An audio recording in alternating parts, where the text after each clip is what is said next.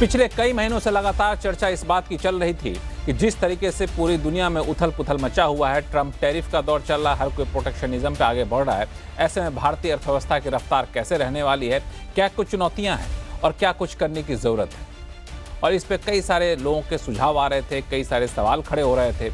अब सारे सुझावों, सारे सवालों को एक दस्तावेज के तौर पर पेश कर दिया गया आर्थिक सर्वे में। आर्थिक सर्वे जो कि 2025-26 के आधार पे 2026-27 का एक आउटलुक देता हुआ दिखा।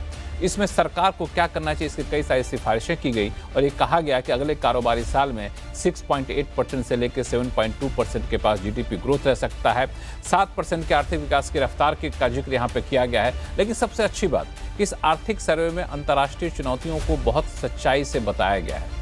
वो किस तरीके से हमारी अर्थव्यवस्था पर असर डाल रहे हैं, इसकी सच्चाई बताया गया। अलग अलग किन हालात में क्या स्थिति आ सकती है बताया गया है और साथ में आगे कैसे सरकार को बढ़ना है, इसके लिए सही सुझाव भी यहाँ पर देते हुए दिखे चीफ इकोनॉमिक एडवाइजर। खासतौर से स्वदेशी के मोर्चे पे कैसे हमें काफ़ी बैलेंस्ड रुख अपनाना है, इसका जिक्र उन्होंने किया। अंतर्राष्ट्रीय हालात से निपटने के लिए फ्री ट्रेड एग्रीमेंट किस तरह से कामयाब होंगे, एक्सपोर्ट कैसे बढ़ेंगे, मैन्युफैक्चरिंग कैसे बढ़ेंगे, इस तरह कई सारे सुझाव निकल कर सामने आए हैं। इन सुझावों को कैसे देखा जाए और ये सच्चाई के कितने करीब है, आज आवाज अड्डा में करेंगे इसी पर खास चर्चा। नमस्कार, मैं हूं लक्ष्मण राय और चर्चा में शामिल होने वाले मेहमानों से परिचय करा दूं। हमारे साथ हैं क्रिसिल के senior director and chief economist DK Joshi साहब, एमके ग्लोबल फाइनेंशियल के सर्विसेज के chief economist Madhavi Arora, CareEdge की चीफ इकोनॉमिस्ट रजनी सिन्हा और वरिष्ठ आर्थिक पत्रकार शुभमय भट्टाचार्य। आप सही मेहमानों का बहुत बहुत स्वागत है हमारे शो में। आप लोगों के पास जाऊं उससे पहले मैं आपको सुना देता हूं चीफ इकोनॉमिक एडवाइजर ने क्या कुछ कहा। अब से कुछ ही देर पहले हमने उनसे बातचीत की थी, तो पूरे इकोनॉमिक सर्वे को लेकर उनकी राय क्या थी पहले सुन लेते हैं, फिर हम लोग आपसे चर्चा की शुरुआत करेंगे।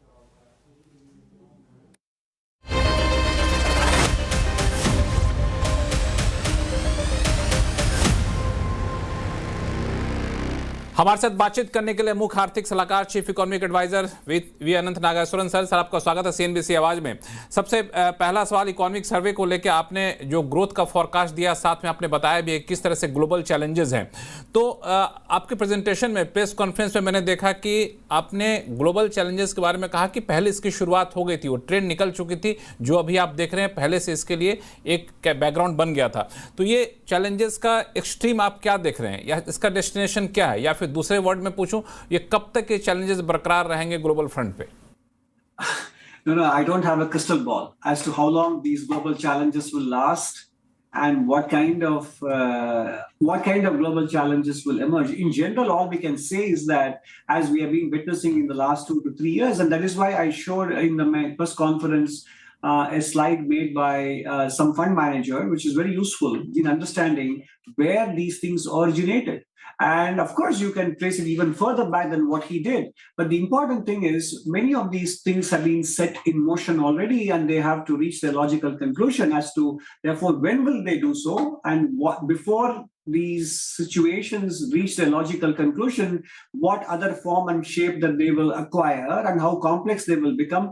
Those are all not that easy to forecast. These are all scenarios, and we need to engage in this analysis on a constant basis in the next few years.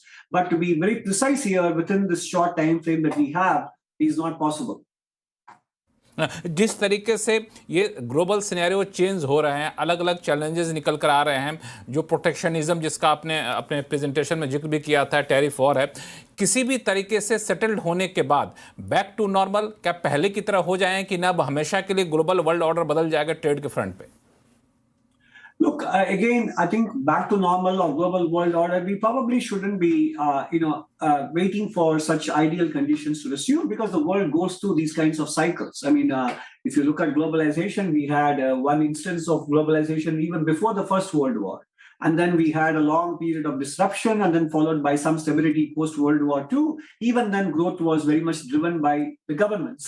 And then came 1980s when it went towards globalization, financial liberalization, etc. So these things come and go in cycles. So we can't wait for a return to familiar conditions that we have been used to in the last 30, 40 years. They're probably behind us, which is what we heard even from many national leaders in the latest World Economic Forum as well. We have to therefore learn to innovate and manage our priorities in the global context that prevails, not in the global context that we would prefer.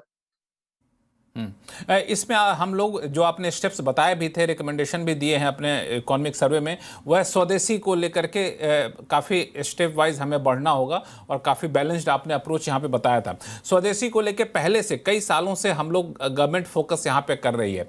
जो current scenario है उसके हिसाब से जो existing स्वदेशी के जो तौर तरीके हैं, गवर्नमेंट पॉलिसीज़ हैं, वो इनफ है या फिर हमें कुछ और नया करने की ज़रूरत है? No, we are looking at the concept of Swadeshi as a philosophy, and we think it's important. Now, whether we are doing enough on Swadeshi policies or do we have to do more, that is the kind of detail which is not that easy to spell out at this point. In general, the philosophical understanding behind Swadeshi has to be taken note of, given the state of the world that we are in, and there are certain things we can't depend on the market to provide for us. We have to produce them indigenously, because the world order is different than what we were used to. So, but what else can we do? And that's exactly what we spell out in chapter 16, both in part 1 and part 2. How do we do the Swadeshi in a manner in which it enhances our strategic resilience and then help us go towards, march towards strategic indispensability? That is what we are spelling out. And that is the best I can answer with respect to how we should be going about indigenizing or adopting the Swadeshi framework for our context. हम लोग अभी पिछले कुछ महीनों में कई सारे free trade agreement कर रहे हैं। करीब 8 कंट्री के साथ फ्री ट्रेड एग्रीमेंट किया है। वो 8 कंट्री जो है डेवलप कंट्रीज़ हैं। जाहिर तौर पे हमारे लिए एक बड़ा मार्केट वहाँ पे मिल रहा होगा, लेकिन वो मार्केट के कंज्यूमर हाई प्राइस देने को तैयार होते हैं, लेकिन बड़ा ही क्वालिटी कॉन्शियस होते हैं। ऐसे में इंडियन मैन्युफैक्चरर, इंडियन एक्सपोर्टर वहाँ के मार्केट को कैप्चर कर पाएंगे, वो कितना ईजी आपको दिख रहा है? No, I think it's not easy, but that's what we have to strive towards. You are right. We have access to advanced country consumers, and they depend not just on, they are willing to pay a price for good quality. And therefore, that is why I said in my presentation as well, the Honorable Prime Minister's observation in the Independence Day of Indian manufacturers being able to focus on Dam Kam and Dam Zyada is exactly the combination that will serve both domestic markets and foreign markets. And therefore, it calls upon the private sector to invest in R&D, innovation, and being determined to achieve export parity prices within a short time frame. And that is the kind of orientation we need to have rather, if we have to take advantage of these various free trade agreements that we have signed in the last few years. तो ये थे we अनंत नागेश्वरन, जो कि chief economic adviser हैं और जिनके अगुवाई में टीम ने आर्थिक सर्वे पेश किया है। और आर्थिक सर्वे पे उनसे हमारी बातचीत हो रही थी। अभी आर्थिक सर्वे को कैसे देखा जाए, हमारे साथ हैं इकोनॉमिस्ट जुड़े हुए हैं, आर्थिक पत्रकार जुड़े हुए हैं। शुरुआत में डीके जोशी साहब आपसे करना चाहूँगा कि इस पूरे आर्थिक सर्वे को तो मुझे लगता है अभी तक पूरा पढ़ नहीं पाएंगे आप, करीब 700 पेज से ज़्यादा का ये आर्थिक सर्वे था, लेकिन जो हाईलाइट्स आपने ज़रूर नज़र डाली होगी, आपके हिसाब से सबसे बड़ा टेक अवे क्या है इसमें? देखिए, सबसे बड़ा टेक अवे ये है, उन्होंने कई मुद्दों की बात की है। एक तो यह है फिस्कल कंसोलिडेशन पे उन्होंने जोर दिया है, और इसमें यह भी कहा है कि सिर्फ सेंट्रल गवर्नमेंट के कंसोलिडेशन से बात नहीं बनेगी, पूरे जनरल गवर्नमेंट जो है जिसमें स्टेट्स भी इन्वॉल्व है, उनको भी इसमें हिस्सा लेना पड़ेगा कंसोलिडेशन में। क्योंकि पिछले साल हमने देखा कि सेंट्रल गवर्नमेंट का जो डेफिसिट है वो तो टारगेट पे है, पर स्टेट गवर्नमेंट्स की बोरोइंग्स कहीं ज्यादा बढ़ गई और जिस वजह से यील्ड्स नीचे नहीं आई। तो अगर आपको पूरा बेनिफिट लेना है तो पूरे सेंटर, स्टेट्स और बाकी जितने भी एंटिटीज हैं गवर्नमेंट की, उन सब के डेफिसिट को कंट्रोल में रखना पड़ेगा। एक तो बात यह है, और ये इसलिए भी जरूरी है क्योंकि जिस वैश्विक परिप्रेक्ष्य की आप बात कर रहे हैं, बैकग्राउंड जो है उसमें ये आवश्यक हो जाता है कि आपके जो फंडामेंटल्स वो हैं वो सॉलिड हों, और आपकी रेजिलियंस की भी काफी बात की अभी चीफ इकोनॉमिक एडवाइजर ने। तो रेजिलियंस आपके मैक्रो फंडामेंटल से आती है, तो इसलिए भी ये आवश्यक हो जाता है। दूसरी बात रही जो प्राइवेट इन्वेस्टमेंट की है, उसमें उन्होंने एक इंटरेस्टिंग बात कही कि अभी तक तो सरकार इन्वेस्ट कर रही थी, और अब आगे चलते हुए इंफ्रास्ट्रक्चर में आगे चलते हुए प्राइवेट सेक्टर को भी पार्टिसिपेट करना इसमें चाहिए। उसके लिए पीपीपी फ्रेमवर्क, जो कि कई सालों से हम इसकी बात करते हैं, उसकी उन्होंने बात की। तो अब प्राइवेट सेक्टर का रोल इंफ्रास्ट्रक्चर में बढ़ना चाहिए, एक तो बात ये कही। और उसके अलावा प्राइवेट सेक्टर को जो कैपेक्स मोमेंटम है, जो पिकअप नहीं किया कई सालों से, उसको कैसे जोड़ दिया जाए, इस पे भी बजट फोकस रखेगा। तीसरी बात जो है वो पिछले बजट में पिछले सर्वे में उन्होंने डीरेगुलेशन की बात की थी और बजट में हमने देखा तुरंत डीरेगुलेशन मेजर्स अनाउंस किया। उसके बाद 2025 में काफी सारे डीरेगुलेशन और कंप्लायंस ईजिंग के मेजर्स भी किए गए। इस बार भी उन्होंने उसी बात को रखा है और कहा है कि रिफॉर्म्स को आगे बढ़ाने की आवश्यकता है। यही एक तरह से एक हमारा एक इंस्ट्रूमेंट है जो हमें ग्लोबल सिचुएशन में डोमेस्टिक फोर्सेस को ग्रोथ बढ़ाने में आगे में सपोर्ट करेगा। So what I am trying to say is that this is a hedge against what is happening globally. और एक बड़ी इंटरेस्टिंग बात उन्होंने ये कही कि जो ग्रोथ पोटेंशियल है वो हमारा बढ़ गया है। तो ये वाकई एक हैरानी की बात है कि जब ग्लोबल एनवायरनमेंट इतना खराब है और जिसमें प्रोटेक्शनिज्म बढ़ रहा है, उस दौरान हमारा ग्रोथ पोटेंशियल बढ़ रहा है। इसका मतलब ये है कि जो पिछले कुछ सालों में एक्शन लिया गया है रिफॉर्म्स के लिए या फिर इंफ्रास्ट्रक्चर क्रिएशन के लिए, उसने हमारे पोटेंशियल को आगे बढ़ाया और ये काफी ज्यादा बूस्ट किया, बढ़ गए। बिल्कुल, ये काफ़ी इंटरेस्टिंग पॉइंट आपने कहा। माधवी, जो अभी डीके जोशी सर कह भी रहे थे कि ग्रोथ पोटेंशियल बढ़ गया, हम लोग एक आम धारणा थी कि जो ग्लोबल सिनेरियो है उसमें ग्रोथ पोटेंशियल चैलेंजिंग है, वहाँ पे दिक्कतें आ रही हैं, यहाँ ग्रोथ पोटेंशियल बढ़ने की बात कर रही हैं। आप इसको किस तरीके से देख रही हैं? So this is basically their medium-term potential growth, not the current, immediate potential that they're talking about. Last year, 2023 में जब उन्होंने potential was close to 6.5%, which was our potential aim to reach. The whole point is that, as DK sir was mentioning, that in the last 1.5 years, काफी ज़्यादा focus हुआ है, deregulation में काफी pace pick किया है, which also has led to higher or will likely lead to rather higher trend total factor productivity along with sustained reform momentum. All of that would imply that with improved labor participation and formalization, and the fact that public capex की वजह से आपका capital stock काफी बढ़ गया है, all of that will also imply the demand side will crowd in private capex. And all of it would sort of lead to a potential growth of around 7%. That is an aim. That is the aim which is basically put into force, assuming that improving capital stock will lead to a higher potential growth ahead. Of course, there are challenges to that. Policymakers काफी सालों से crowding करने का प्रयत्न कर रहे हैं, मगर they've not been able to really get it through because apart from the domestic challenges, which is basically demand slack in the economy on net basis, there is also surplus capacity in the world order, which is sort of domestic participants to actually expand their, their books with regard to capital expenditure. वो challenge अभी भी मेरे ख्याल से है. The global order काफी distant. The economic survey has talked extensively on that front. I don't think near term that will change for the capital expenditure of the private sector. Uncertainty definitely किसी के भी reaction function को support नहीं करती है, and that will lead to a much delayed capex going ahead. But of course next 5 years, of course, you could expect that once things normalize, once the world start to internalize these uncertainty in their net factor production or whatever, would probably lead to a much better assessed capex. But near term, of course, there are a lot of impending problems which are not yet resolved, and thus while the potential growth has been raised, it has been raised with the hope that the improving capital stock and improving total factor productivity of actual production would have led to this higher potential growth. But I think to a large chunk, what we're seeing is that the economic survey has focused tremendously on the global trade policy, which has been now subsumed under geopolitical consideration.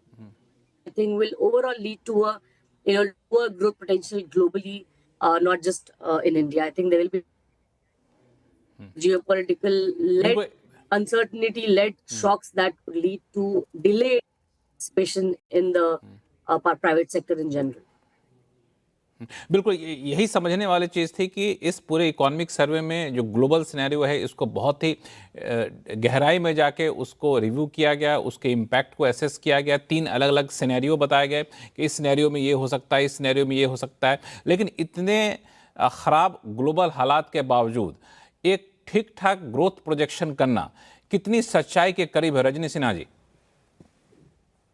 तो लक्ष्मण, जैसा कि हम अभी discuss कर रहे थे, अगर हम देखें ये इकोनॉमिक सर्वे ऐसे समय में प्रेजेंट किया गया है जब काफी ग्लोबल अनसर्टनिटीज है, जियोपॉलिटिकल कॉन्फ्लिक्ट्स एकदम हाइटन स्टेट में है। तो ऐसे में इको सर्वे ने, इफ यू सी, काफी फोकस किया है कि आगे चल के ये जियोपॉलिटिकल सिनेरियो कैसे पैन आउट होगा। और इनफैक्ट ये भी एम्फसाइज किया है कि ऐसा नहीं है कि 2000 we have already seen the worst, आगे चल के सिचुएशन इससे भी खराब हो सकता है। और ये अनसर्टन ग्लोबल सिचुएशन जो है वो 2026 में भी रहेगा और आगे चल के भी many years it can be there. So इसलिए इको सर्वे ने ये हाईलाइट किया है कि जो स्ट्रैटेजी है इंडिया का, that should be more proactive और डिफेंसिव स्ट्रैटेजी नहीं होना चाहिए। उसके टॉकिंग अबाउट प्रोएक्टिव स्ट्रैटेजी, उन लोगों ने कुछ सजेशंस दिया है। जैसे कि बहुत इंपॉर्टेंट रहेगा कि जो कैपिटल फ्लोज है, जैसा कि हमने अभी देखा है लास्ट फ्यू मंथ्स में, इनफैक्ट लास्ट 1 ईयर, अगर हम कैपिटल फ्लोज देखें, एफआईआई इक्विटी मार्केट से हम आउटफ्लोज देख रहे हैं, एफडीआई भी सबड्यूड है। तो ओवरऑल हमें बहुत जरूरी है कि हम अपना इन्वेस्टमेंट अट्रैक्टिवनेस इंप्रूव किए। अभी तक हमने डिस्कस किया कि प्राइवेट इन्वेस्टमेंट नहीं पिकअप हो रहा है, बट प्राइवेट इन्वेस्टमेंट के साथ साथ ये भी जरूरी है कि हम फॉरेन इन्वेस्टमेंट को अट्रैक्टिव करें इंडिया को, और वो इंप्रूव करें, अपना एक्सपोर्ट कॉम्पिटिटिवनेस इंप्रूव करें, because we need that buffer. क्योंकि अगर ये turbulent time is going to continue for next few years, we need that buffer, and that's what Eco Survey has very rightly highlighted. अगर मैं specifically बात करूं कि ये 7% पोटेंशियल ग्रोथ पॉसिबल है नहीं है, सी पोटेंशियल तो है। जैसा कि हमने डिस्कस किया, अभी तक जो गवर्नमेंट का इंक्रीज पब्लिक इन्वेस्टमेंट हो रहा था, जो भी रिफॉर्म्स हुआ है लास्ट फ्यू इयर्स में, जो लेबर रिफॉर्म्स अनाउंस हुआ है, जो रेगुलेशंस ईज हुआ है, जो एफडीआई लिबरलाइजेशन हुआ है, लॉजिस्टिक सेक्टर में बहुत कुछ हुआ है, वो सब का हमें बेनिफिट अभी दिखेगा। इस साल ऑलरेडी दिख रहा है, आगे चल के भी दिखेगा। But at the same time risk बहुत है, हम उसको नजरअंदाज नहीं कर सकते हैं। जो ग्लोबल सिचुएशन है वो अभी जो है उससे वर्स भी हो सकता है। कैपिटल फ्लोज ऑलरेडी हमने देखा है कि कम हो गया है, आगे चल के सिचुएशन इतना अनसर्टन है कि और भी इम्पैक्ट हो सकता है। और अगर कैपिटल फ्लोज इम्पैक्ट होगा तो इसका इम्पैक्ट पूरे इकोनॉमी पे होगा और ग्रोथ पे भी होगा eventually. So I would say कि हाँ, potential lot of things have happened जो कि सपोर्टिव है of high potential growth, but at the same time काफी सारा कंसर्न्स है जो कि इकोनॉमी को नेविगेट करना पड़ेगा। बिल्कुल। इस पर रजनी, मैं जो देख रहा था कि जो चैलेंजेस हैं, जो कंसर्न है वो इमीडिएट है, उसका इम्पैक्ट इमीडिएट दिख रहा है। यूएस ने 50% टैरिफ किया, इमीडिएट इम्पैक्ट दिख रहा है। जो पूरे दुनिया भर में ट्रेड वॉर छिड़ा हुआ है, इसका इम्पैक्ट इमीडिएट दिख रहा है। जो वॉर लाइक सिचुएशन अलग अलग पॉकेट बने हुए हैं, उसका इम्पैक्ट इमीडिएट दिख रहा है। लेकिन जो आप उससे निपटने के जो उपाय हैं, उसका इम्पैक्ट इमीडिएट आपको नहीं दिखेगा। वो एक लॉन्ग टर्म उपाय होंगे, चाहे मैन्युफैक्चरिंग को बढ़ाना हो, स्वदेशी को बढ़ाना हो, क्वालिटी को बेहतर करना हो, स्टेट की हालत को ठीक करना हो, तो एक टाइम लैग तो रहेगा। शुभ है, ये कितना बड़ा चैलेंज होगा कि ये जो ट्रांजिशन फेज है उसको मैनेज कर पाना? लक्ष्मण जी, आप सही कह रहे हैं, लेकिन मोदी गवर्नमेंट को इसका तजुर्बा है। मैं एक चीज़ की तरफ आपका ध्यान आकर्षण करता हूं कि जो बैंकिंग सेक्टर में जो रिफॉर्म शुरू किया गया था 2017-18 से, उसका इम्पैक्ट इमीडिएटली नहीं आया, उसके बेनिफिट्स हमें नहीं मिले। सिमिलरली कैपेक्स में जो 1.7% था करीब उस वक्त, उसको बढ़ के अभी आज जैसे 3.3% ऑफ द जीडीपी में पहुंच गया है। वो काफ़ी लंबा, ऑलमोस्ट 10 साल का दायरा चला। लेकिन 10 साल में चलते चलते इंडिया को पिछले साल स्टैंडर्ड एंड पुअर, मूडीज, सब ने जाके रेटिंग्स में रेज किया।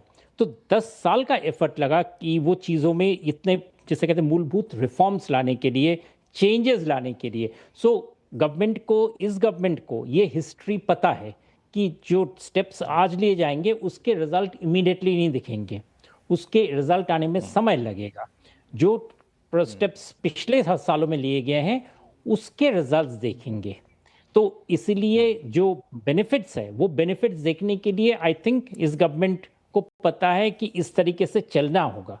बट मैं आपका ध्यान आकर्षण इसकी तरफ कर रहा हूँ कि आप ये वॉर की बात कर रहे थे, लड़ाई की बात कर रहे थे, और ये इको सर्वे में एक बहुत इंटरेस्टिंग पैराग्राफ है दैट इट, एंड मैं कोट करता हूँ कि it is quite possible that the period between now and 2045 might resemble the interwar periods of the 20th century. Of course, numerous innovations occurred during the 1930s amidst the Great Depression and the onset of the war. The war itself contributed, but to survive such a turbulent period and to turn necessities into innovation requires not a defensive but a proactive or offensive policy framework.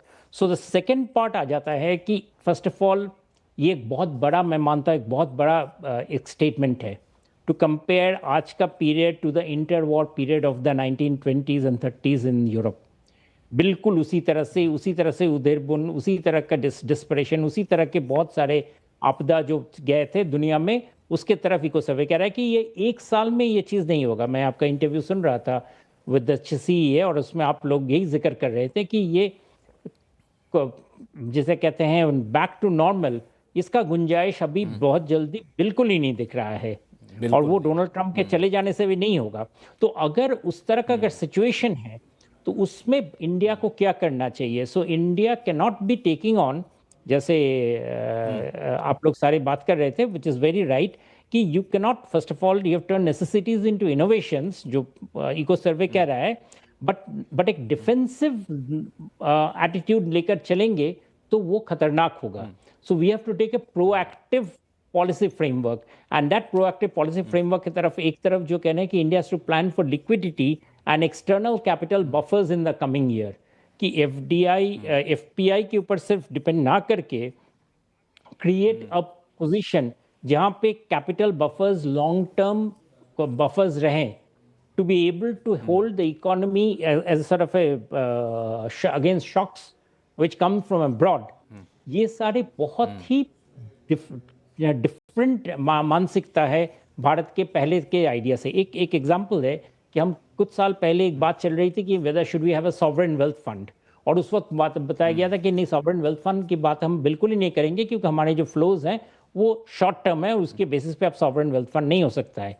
ये liquidity and external capital buffers in the coming year India has to plan for, जो survey कर रहा है वो ये नहीं कह रहा है कि सॉवरेन उसी महीने से किया जाएगा, बट अभी जो फॉर इंस्टेंस UAE के साथ जो डील हुआ, 3 घंटे के अंदर एक बहुत ही फास्ट क्विक एक डिस्कशन हुआ, इन सब चीज़ों का, या सऊदी अरेबिया के साथ जो डिस्कशन हो रहा है, मुझे लगता है कि हम जल्दी इनके रिजल्ट देखेंगे फॉर क्रिएटिंग इसी तरह के चीज़ों, इसी तरह के instruments which will be sort of India के चारों तरफ रिंग फेंस करने के लिए, उसके इन्वेस्टमेंट्स को रिंग फेंस करने के लिए, उसके पॉसिबिलिटीज़ को हैंडल करने के लिए वो स्टेप्स लिए जाएंगे। And I think those are, जो आप कह रहे हैं कि दोज आर द वंस जो हमको काम में देगा। सो बजट को मैं ये नहीं सोचता हूँ कि बजट में अभी इस साल हम लोग कुछ जिसे कहते हैं इमीडिएट फिक्सिंग, कि यहाँ पे ज़रूरत है तो यहाँ पे हथौड़ा लगा दो, वहाँ पे स्क्रू लगाना है तो वहाँ पे लगा दो, यहाँ पे करना है, वो सब चीज़ें नहीं आएगा। एसेंशियली कैपिटल एक्सपेंडिचर जो पहले से चल रहा है वही चलेगा, and that is a very good thing. हमें बोलने का कॉन्फिडेंस मिल रहा है कि कैपिटल एक्सपेंडिचर हाइटन लेवल पे चलेगा। टैक्स रिलीफ बिल्कुल ही मैं सोच रहा हूँ कि मतलब I am absolutely sure tax relief expect नहीं कर सकते हम इस साल। GST के वजह से इनडायरेक्ट टैक्सेस तो वैसे ही बजट के दायरे से बाहर चले गए हैं। So the budget will be looking at the long term picture and will be boring budget. Shubham sir, मैं इस पे आऊंगा कि ये इकोनॉमिक सर्वे से क्या क्यों लिया जाए बजट को लेकर के, लेकिन शो के शुरू में ही हमारे पैनलिस्ट ने जैसा ही कहा था, शायद DK सर ने भी कहा था कि जब इससे पहले जो इकोनॉमिक सर्वे आया था, तो इकोनॉमिक सर्वे में आपने देखा होगा कि एक बड़े जोर शोर से रिकमेंडेशन किया गया था डीरेगुलेशन को लेकर के।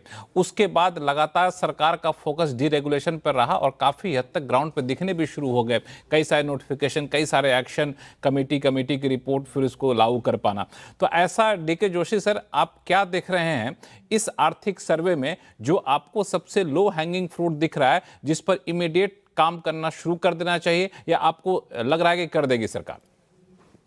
देखिए, अभी इस समय जो एक कई सालों से एक्चुअली जो एक विषय रहा है प्राइवेट कॉर्पोरेट इन्वेस्टमेंट का, उसमें कोई डिसाइसिव अपटर्न नहीं आ रहा है, तो उसको हेड ऑन टैकल करने की जरूरत है। उसमें 2 तरह से किया जा सकता है। एक तो सरकार उसको ईज ऑफ डूइंग बिजनेस के थ्रू कर सकती है, जो कि वो कर रही है, उसमें और करने की आवश्यकता है। और दूसरा तरीका उसको करने का है थ्रू इंसेंटिव्स, जो कि आपकी पीएलआई स्कीम में उन्होंने अनाउंस किया था। तो मुझे लगता है कि अभी ये जो इंसेंटिव वाला पार्ट है वो इम्पोर्टेंट रहेगा, क्योंकि जो ग्लोबल सिनेरियो है उसमें बहुत ज्यादा कॉम्पिटिटिवनेस चाइना की बहुत ज्यादा ऊपर है और वो उनसे कम्पीट करना मुश्किल है। तो इसलिए थोड़ा इंसेंटिव देके इंडस्ट्री को स्ट्रॉन्ग करने की आवश्यकता है, और वो चल रहा है पीएलआई के थ्रू। उसमें सिर्फ एक बात में ये ध्यान देना पड़ेगा कि अभी तक जो डोमेस्टिक वैल्यू एडेड के नॉर्म्स हैं वो थोड़ा स्ट्रिंजेंट है कुछ सेक्टर्स के लिए, जैसे बैटरीज वगैरह के लिए। तो उनमें थोड़ा सा पहले स्केल पैदा करें, उसके बाद में फिर डोमेस्टिक वैल्यू एडेड के नॉर्म्स को लागू करें। तो आई थिंक इस तरह से कुछ मुझे लगता है इस बारी इस बजट में थोड़ा क्लैरिटी मिलेगी कि प्राइवेट सेक्टर इन्वेस्टमेंट को कैसे बढ़ावा दिया जाए through reforms and through incentives. तो ये एक मुझे लग रहा है कि ये इतना लो हैंगिंग तो नहीं है, पर ये सबसे ज्यादा जरूरी है, क्योंकि बिना इन्वेस्टमेंट के, बिना कैपिटल डीपनिंग के long term sustainability of growth थोड़ा सा चैलेंज रहता है। प्रोडक्टिविटी का रोल रहेगा, पर कैपिटल जो हमारा जो एक्सपीरियंस चाहे कोरिया का रहा, चाहे जापान का रहा, या फिर चाइना का रिसेंटली, उन सब कंट्रीज ने अपना इन्वेस्टमेंट टू जीडीपी रेशियो 40% के करीब ले गए थे पीक में। हमारा अभी इस समय 30 के आसपास है। तो इसको बढ़ाने के लिए प्राइवेट सेक्टर ही एक इम्पोर्टेंट रोल प्ले कर सकता है। अरे प्राइवेट सेक्टर को आखिर कैसे भरोसा हो कि हम इन्वेस्टमेंट करेंगे तो हमारी डिमांड बनी रहेगी हमारा, क्योंकि अभी भी प्राइवेट सेक्टर जो है मुश्किल से 70 से 75% उनका कैपेसिटी यूटिलाइजेशन हो रहा है। आमतौर पे आप ही लोग सजेस्ट करते हैं कि जब तक कि 80% प्लस ना हो तब तक वो लोग ग्रीन फील्ड या एक्सपेंशन नहीं करते हैं।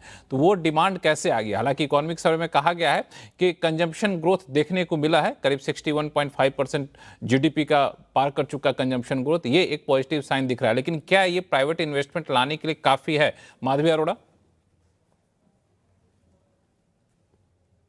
We need to see how sustained is that, because अभी थोड़ा क्या है, consumption story is a little noisy.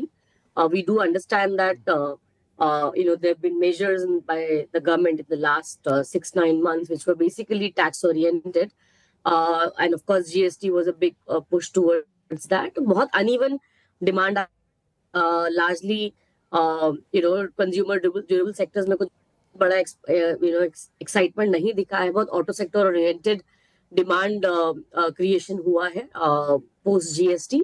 So we still don't know कितना सस्टेन रहेगा ये, बिकॉज अभी ये quarter would be very important to watch out for. Last quarter again was a festive season का extension, so all of that also sort of made it a little noisy for us to really decipher a trend out of. अभी मेरे ख्याल से the way income effects are taking up, urban economy में अभी भी struggle रहेगा. See, despite all the tax incidents cuts that they have done, we still remain a very high tax economy compared to our emerging market peers, and that itself is basically a massive blow on our disposable income compared to our peers. And given that disposable income in the urban sector has been steadily coming off, especially in the last 1 or 2 years, and especially again in the upper middle income category, to be more specific, I think the consumption story could remain patchy in the coming months to go. So we'll see how that pans out.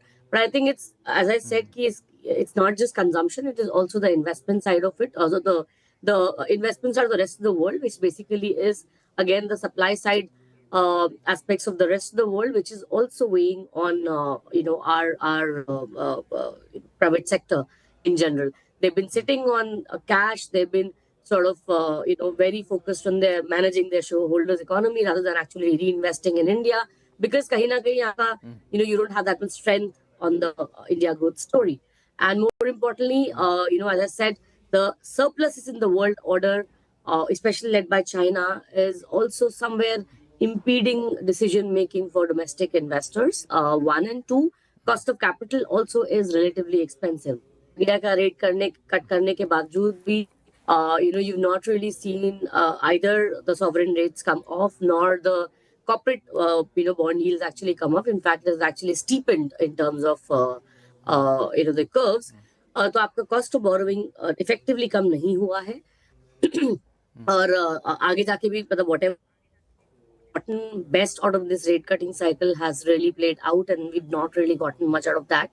As of now, given the way China so-called anti-involution is still going into a little bit of a hazy state, my sense is that we are going to see, dumping by China in the world order, which again will depress industrial capacity to that extent. So, मेरे ख्याल से near term में वो doesn't augur well for us, nor is global uncertainty, which is a very big variable for anyone who's doing NPVs of his investment for a 10-year period. Global uncertainty है और plus हाँ, global uncertainty है plus आपने सही कहा कि cost काफ़ी ज़्यादा है और दूसरा जहां ट्रंप जैसे लोगों का बयान आता है कि आप वहां इन्वेस्टमेंट करेंगे तो मैं आप पे टैरिफ लगा दूंगा, यहाँ पैसा लगाएंगे तो यहाँ आपको रिलीफ मिलेंगे, तो इस तरह की चीज़ें जो हैं अभी तक जब तक सेटल नहीं हो जाती तब तक हर कोई पैसा लेकर बैठा हुआ कि हमें करना क्या है। स्थिति तो यहाँ तक आ गई, कई लोगों को प्लान थे लेकिन प्लान को भी होल्ड पर डाल दिया कि हमें वहाँ पर अभी इन्वेस्टमेंट नहीं करना, रुक के रहना है, ग्लोबल सिचुएशन कैसे बदलता है इसको देखना। रजनी सिन्हा, इसको आप कैसे देख रही हैं? और साथ ही साथ एक सवाल और आपसे कि आपके हिसाब से इकोनॉमिक सर्वे में कौन सी ऐसी बातें दिखी जिसको तुरंत लागू कर देना चाहिए? मुझे लगता है पहले मैं आपका दूसरा क्वेश्चन का आंसर करूंगी। मुझे लगता है सबसे इम्पोर्टेंट रहेगा, गवर्नमेंट लास्ट ईयर भी बजट में और इको सर्वे में डीरेगुलेशन के बारे में बात हुई थी और काफी कुछ हुआ है लास्ट कपल ऑफ इयर्स में, पर मुझे लगता है वो आगे चल के भी डीरेगुलेशन पे बहुत फोकस होना चाहिए। अगर हम वो रेगुलेटरी हर्डल्स को अगर हम ईज करते हैं, अगर हम ईज ऑफ डूइंग बिजनेस को इम्प्रूव करते हैं, वो उससे दो फायदा होगा ना, not just private investment, domestic investment वो पिकअप होगा, क्योंकि एक हमारा कंसर्न वो भी है कि जैसा कि हम डिस्कस कर रहे थे कि प्राइवेट सेक्टर इन्वेस्ट क्यों नहीं कर रहा है। तो अगर हम रेगुलेटरी हर्डल्स रिड्यूस करते हैं, ease of doing business improve करते हैं, तो एक तो प्राइवेट इन्वेस्टमेंट इंप्रूव होगा, दूसरा बहुत जरूरी है कि हम फॉरेन डायरेक्ट इन्वेस्टमेंट भी अट्रैक्ट करें और उसमें भी ये हेल्प करेगा अगर हम ये रेगुलेटरी हर्डल्स को रिड्यूस करते हैं। तो आई थिंक ये इशू है जिसपे ऑलरेडी गवर्नमेंट काफी फोकस्ड है और मुझे लगता है उसमें बहुत कुछ और स्कोप है करने का, तो इसीलिए उस एरिया पे वर्क करना चाहिए। आपका पहला सवाल क्या था, मैं भूल गई। कि जो अभी माधवी कह भी रहे थे कि प्राइवेट इन्वेस्टमेंट आना अभी थोड़ा सा चैलेंजिंग है इस एनवायरनमेंट में, आप भी मानती हैं ऐसा है? हाँ, बिल्कुल प्राइवेट इन्वेस्टमेंट आना मुश्किल दिख रहा है हमें, लेकिन जैसा कि माधवी ने कहा एक्सेस कैपेसिटी है चाइना में, तो इट्स नॉट इजी। इंडिया में कंजम्पशन अगर हम देखें तो उस रेट से नहीं ग्रो कर रहा है जैसा कि हम चाहते हैं। तो उसके लिए मैं कहूँगी एक और इम्पोर्टेंट एस्पेक्ट है जो कि थोड़ा लॉन्गर टर्म है, उसका कोई क्विक फिक्स सोल्यूशन नहीं है, और वो है कि हम गवर्नमेंट शुड सी कि कैसे हम हाउस होल्ड इनकम को इंक्रीज करें। क्योंकि अगर आप देखिए ग्लोबल सिचुएशन वो तो अनसर्टन रहने वाला है, उसका कोई इमीडिएट सोल्यूशन दिख नहीं रहा है, कि जैसा कि हमने डिस्कस किया, ऐसा नहीं कि इस साल या नेक्स्ट ईयर, हमें पता नहीं, आगे विजिबिलिटी नहीं है कि कब तक ये अनसर्टनिटी रहेगा। तो इसलिए जरूरी है कि हम जो हमारा डोमेस्टिक फंडामेंटल्स है उसको काफी उस पर फोकस करें और उसको स्ट्रॉन्ग करें। तो अगर मैं बात करूं कि डोमेस्टिक कंजम्पशन को कैसे स्ट्रॉन्ग करेंगे, तो उसके लिए जरूरी है कि हम हाउस होल्ड इनकम इंक्रीज करें। अगर हाउस होल्ड इनकम इंक्रीज होता है, कंजम्पशन इंक्रीज होता है, तो इन्वेस्टमेंट भी ग्रो करेगा। और हाउस होल्ड इनकम इंक्रीज करने के लिए अगेन, हाँ, और उसके लिए अगेन कोई क्विक फिक्स सोल्यूशन नहीं। अगर हमें हाउस होल्ड इनकम इंक्रीज करना है तो हमें ओवरऑल देखना पड़ेगा कि हम कैसे ज्यादा जॉब्स क्रिएट करें, कैसे income, house hold income increase हो, उसके कारण जॉब्स क्रिएट हो, वेजेस इंक्रीज हो, तो ये सब एस्पेक्ट पे वर्क करना पड़ेगा। चूंकि मैं इकोनॉमिस्ट नहीं हूं आप लोगों की तरह, तो मैं तो कहूंगा हाउस होल्ड इनकम इंक्रीज करना तो इनकम टैक्स घटा दीजिए। हालांकि शुभमय जी ने पहले ही कहा कि नहीं है, मैं तो एक्सपेक्ट नहीं करता कि इनकम टैक्स घटना चाहिए। तो शुभमय, आप ही बता दीजिए कि इस बजट में इकोनॉमिक सर्वे की कौन सी छाप आप देखना चाहेंगे? आमतौर पर इकोनॉमिक सर्वे बजट से बिल्कुल अलग एक्सरसाइज होता है, लेकिन एक आध मौके पर देखने को मिला है कि जो रिकमेंडेशन इकोनॉमिक सर्वे किया है वो बजट में भी उसको सरकार ने एक्सेप्ट किया है। और जिस तरीके से तालमेल अभी चल रहा है और जितने मैच्योर चीफ इकोनॉमिक एडवाइज़र हैं विद अनंत नागेश्वरन, तो उनकी बात सुनी भी जाए बजट में तो आश्चर्य नहीं होगा। बिल्कुल। और ये बात सही है कि economic survey is always a watchword for के भाई बजट में क्या रवैया लिया जाएगा। टैक्स का तो मैंने आपको बताया कि क्लियरली मुझे नहीं लगता है कि टैक्स का चेंज आएगा। वैसे इकोनॉमिक सर्वे में इस इंटरेस्टिंग चीज़ अभी रजनी जी बता रही थी कि बूस्ट देना डोमेस्टिक इनकम को। एक डेटा इकोनॉमिक सर्वे भी मैं पढ़ रहा था कि अबाउट 50% गवर्नमेंट ऑफ इंडिया और बाकी स्टेट्स के जितना इनकम सपोर्ट जा रहा है 1.7 trillion rupee, they reportedly account for 40 to 50% of at least half the rural population income consumption. Now that means पूरा देश का एक एक बहुत इंटरेस्टिंग एक चेंज हो गया है कि गवर्नमेंट रूरल लेवल्स में जस्ट फाइनेंशियल कोई इंजीनियरिंग ना करके, कोई स्कीम्स ना लाकर, सिर्फ कैश सपोर्ट के बेसिस पे ही एक चलने का एक दायरा बन गया है। And this is quite a dangerous thing, क्योंकि अगर स्टेट गवर्नमेंट्स अगर इस तरह से चले तो उनके लिए कैपेक्स का जो बजट का जो स्कोप है वो काफ़ी लिमिटेड एंड काफ़ी कंस्ट्रिक्टेड हो जाता है। तो हम जब कहते हैं कि प्राइवेट इन्वेस्टमेंट बढ़ना चाहिए, तो प्राइवेट इन्वेस्टमेंट के लिए to do anything in terms of incentives, मुझे नहीं लगता है with that sort of a huge support जो फ्रीबीज के दे रहे हैं उनके पास कोई स्पेस है। तो सेंट्रल गवर्नमेंट क्या कर सकते हैं? सेंट्रल गवर्नमेंट एक ही चीज़ कर सकते हैं, वो ये है कि कैपिटल एक्सपेंडिचर को सही रखे और इन टैक्स में ना चेंज करके ईज ऑफ डूइंग बिजनेस में जितने तरीके का चेंजेस ला सकते हैं, स्टेट्स को कोक्स कर सकते हैं, वो पकड़ना बहुत ज़रूरी है। कि ये मैं इसलिए मानता हूँ बहुत ज़रूरी है क्योंकि सेंट्रल गवर्नमेंट के पास और स्टेट गवर्नमेंट्स के पास लोगों को बोल के कि भाई आप आ जाओ, मैं यहाँ पे इंसेंटिव दे रहा हूँ, इस तरह का प्रोडक्शन आप करना शुरू करो, वो दिन और समय ख़त्म हो चुका है। इसीलिए अदर देन जैसे मार्केट में प्राइमरी कैपिटल गेन्स टैक्स में if there is any change वो हो सकता है, बट अदर देन दैट एक रेसिडेंस टैक्सेशन बेस्ड टैक्सेशन के चलते कैपिटल गेन्स टैक्स में अगर बदलाव लाए सेंट्रल गवर्नमेंट ला सकते हैं to encourage foreign investors to come into the market, उसका दस्तूर भी है और हो भी सकता है। But the only major change जो गवर्नमेंट ला सकते हैं वो ये है कि to how to make a business work easy, और इसके लिए स्टेट गवर्नमेंट्स के साथ किस तरीके से कर सकते हैं, उनके ऊपर क्या प्रेशर डाल सकते हैं। मुझे लगता है बजट में ये एक नया स्टेप होगा। बजट में बोला ही जा रहा है, निको सर्वे में बोला जा रहा है to take proactive stance, and that proactive stance अगर लेना है, इनफैक्ट इको सर्वे में जिक्र है चाइना का हाइनन आइलैंड का, जो एक पहले हम लोग का अभी तक था कि स्पेशल इकोनॉमिक जोन एक शहर का, अभी special economic zone they are making of a entire state. इस तरीके का जब मैन्युफैक्चरिंग के लिए चाइना कर रहे हैं तो we have to think out of the box कि उस तरीके का what are the total change in terms of new industrial ideas, new investment ideas जो ला सकते हैं। फ्रैंकली लक्ष्मण जी, मुझे लगता है बजट में frankly I couldn't see too many things budget का जो इनमें इंडिकेशन दे रहे हैं कि in terms of indication, but मुझे लगता है एक चीज़ जो अनंत नागेश्वरन जी ने बोला है, which is a non tax revenue, and I think that is quite possible कि गवर्नमेंट कंपनीज में इफेक्टिव कंट्रोल को अगर 26% तक उतारा जाए, तो that bye amending the definition of the government company and the companies act, और ये सुझाव है बजट का, ये इको सर्वे का, I think it's a very good सुझाव है, क्योंकि उनका पॉइंट है कि इसके वजह से बहुत सारे गवर्नमेंट कंपनीज में जिनके में लिमिट आ चुके हैं, होल्डिंग नहीं घटा सकते, अपना घटा नहीं सकता है, उसका एक बहुत बड़ा एक रेवोल्यूशनरी चेंज आ सकता है मार्केट में।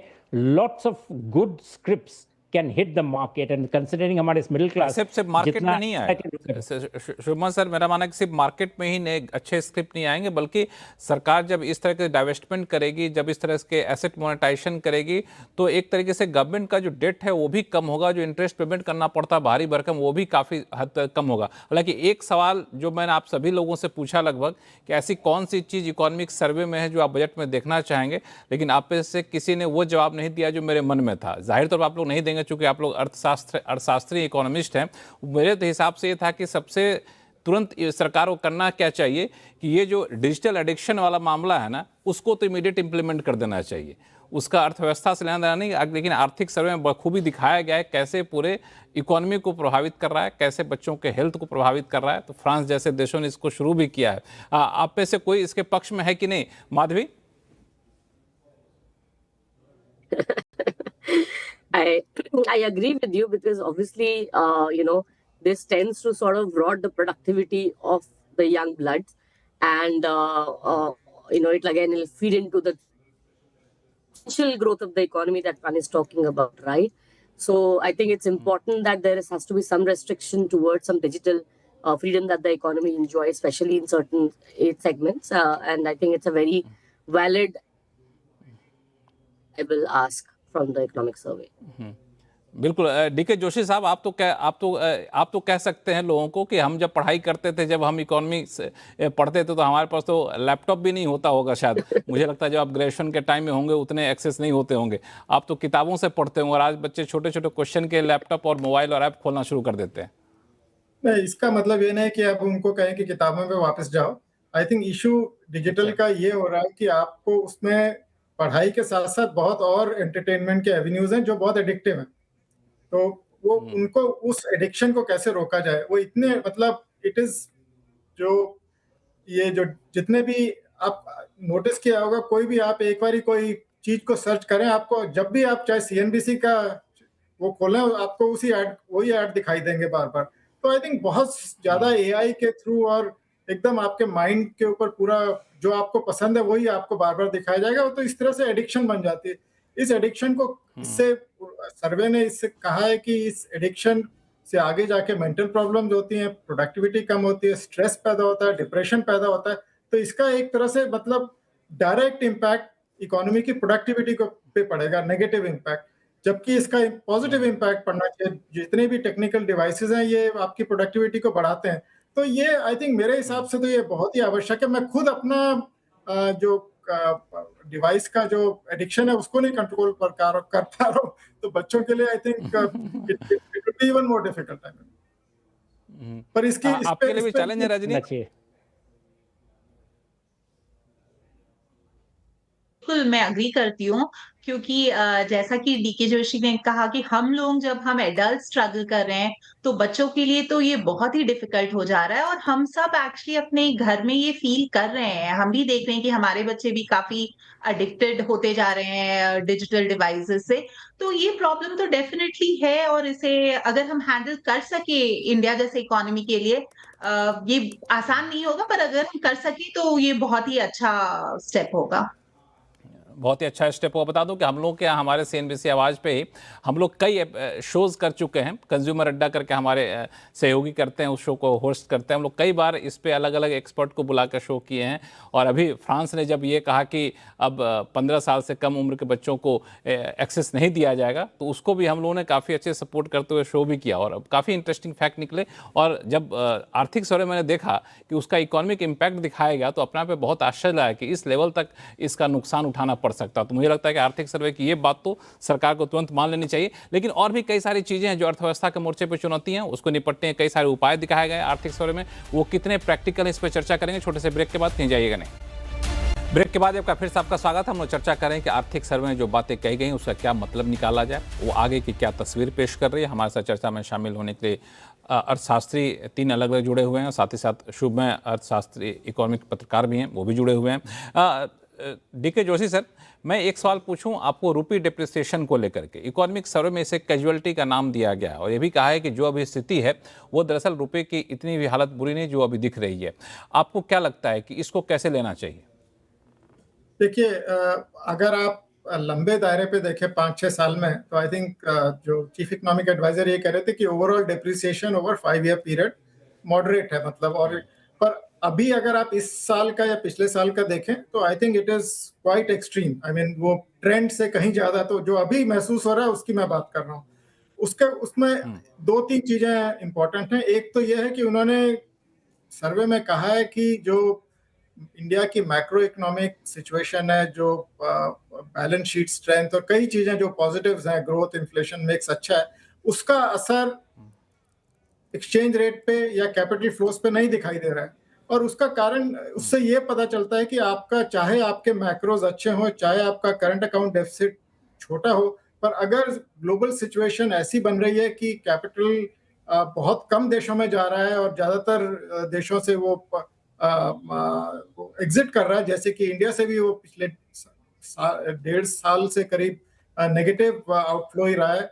तो एक तो इसमें आई थिंक ये ध्यान देने की बात है कि एक तो मैक्रो इकोनॉमिक फंडामेंटल आपको बहुत मजबूत रखने पड़ेंगे, तो डेफिसिट, करंट अकाउंट डेफिसिट नीचे हो, फिस्कल डेफिसिट कंट्रोल में हो, इन्फ्लेशन ग्रोथ मिक्स अच्छा हो, ये सब बहुत ही आवश्यक है।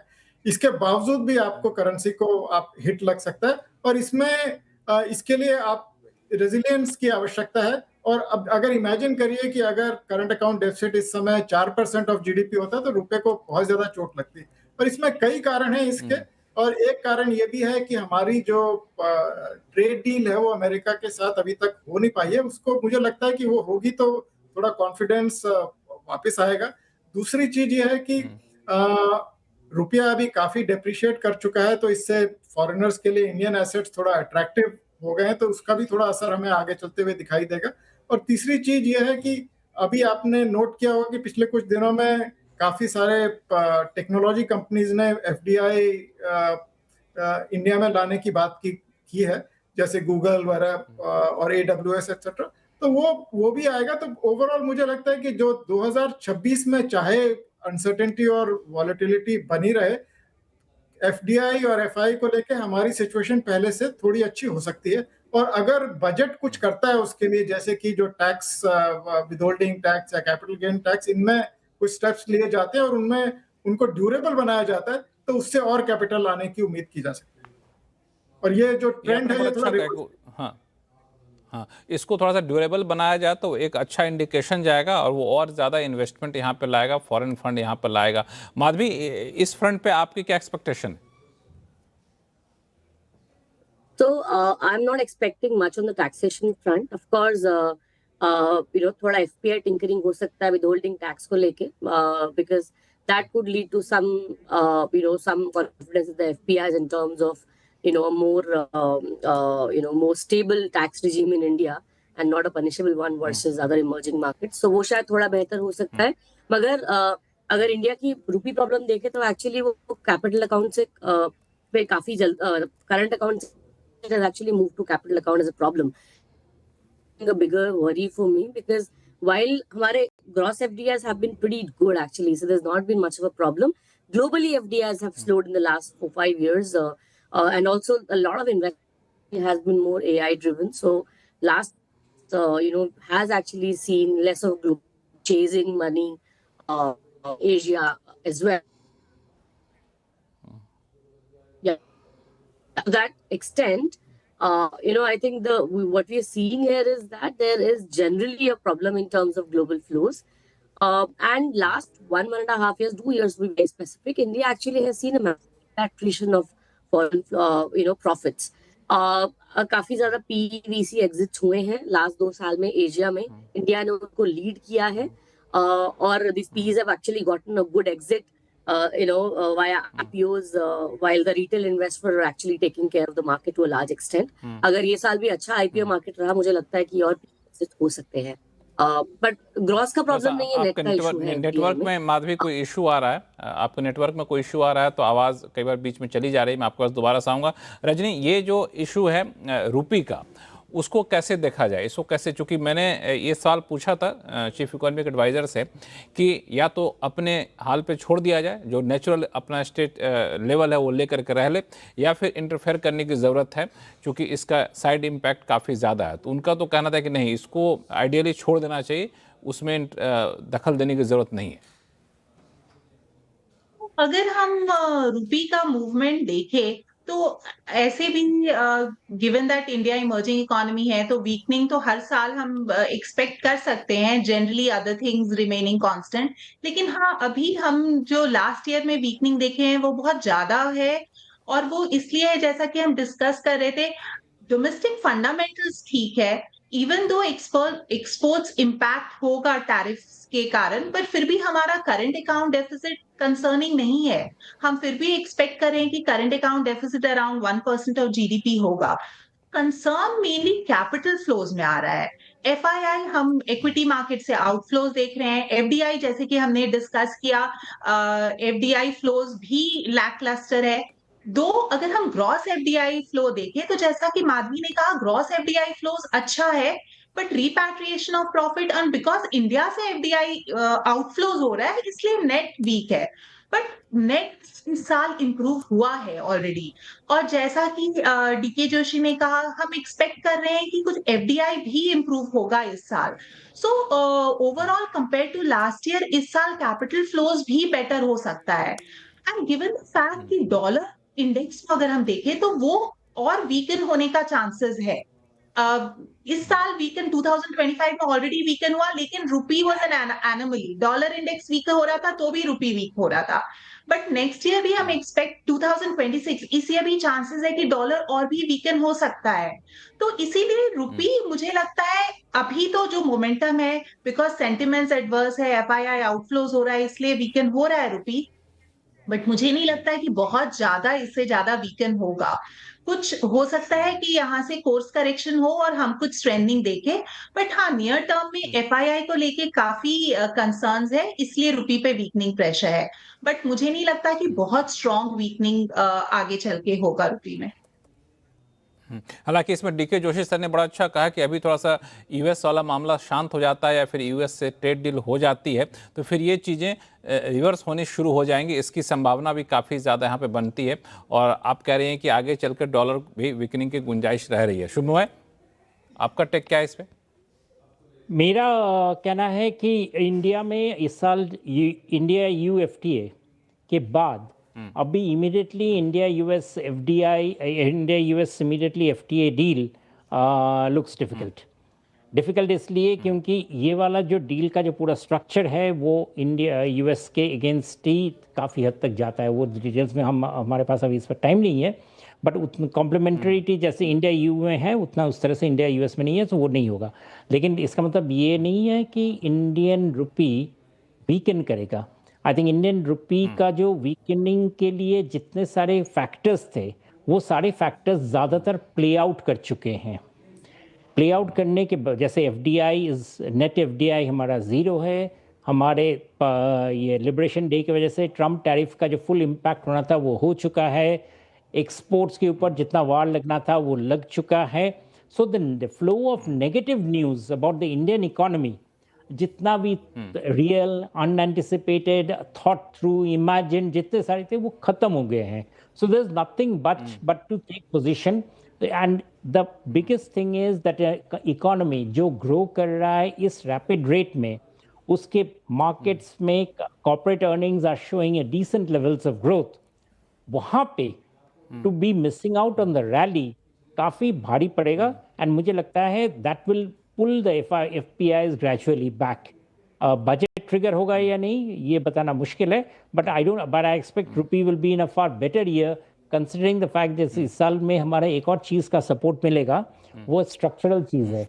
अभी हमने इंडिया यू से जो डील किए हैं उसके वजह से हमारा और RBI and US European clearing union का डील हो गया है। इसके वजह से यूरोपियन बॉन्ड होल्डर्स के लिए holding Indian bond in debt has become easier and ये एक बहुत बड़ा सपोर्ट फैक्टर रहेगा जो पिछले साल तक हमारे पास नहीं था, क्योंकि 3 साल तक ये चल रहा था कि कैसे इसको आने वाले दिनों में काफ़ी ज़्यादा इसको क्लोजली वॉच करना पड़ेगा। और आपने बड़ा अच्छा पॉइंट बताया कि इसका एक पॉजिटिव एस्पेक्ट क्या है, लेकिन पूरे इकोनॉमिक सर्वे को डिटेल में डिकोड करने के लिए आप सही मेहमानों का बहुत बहुत धन्यवाद हमारे शो में जुड़ने के लिए, अपना कीमती समय देने के लिए। आज अड्डा में फिलहाल इतना ही। देखते रहिए CNBC आवाज़। नमस्कार।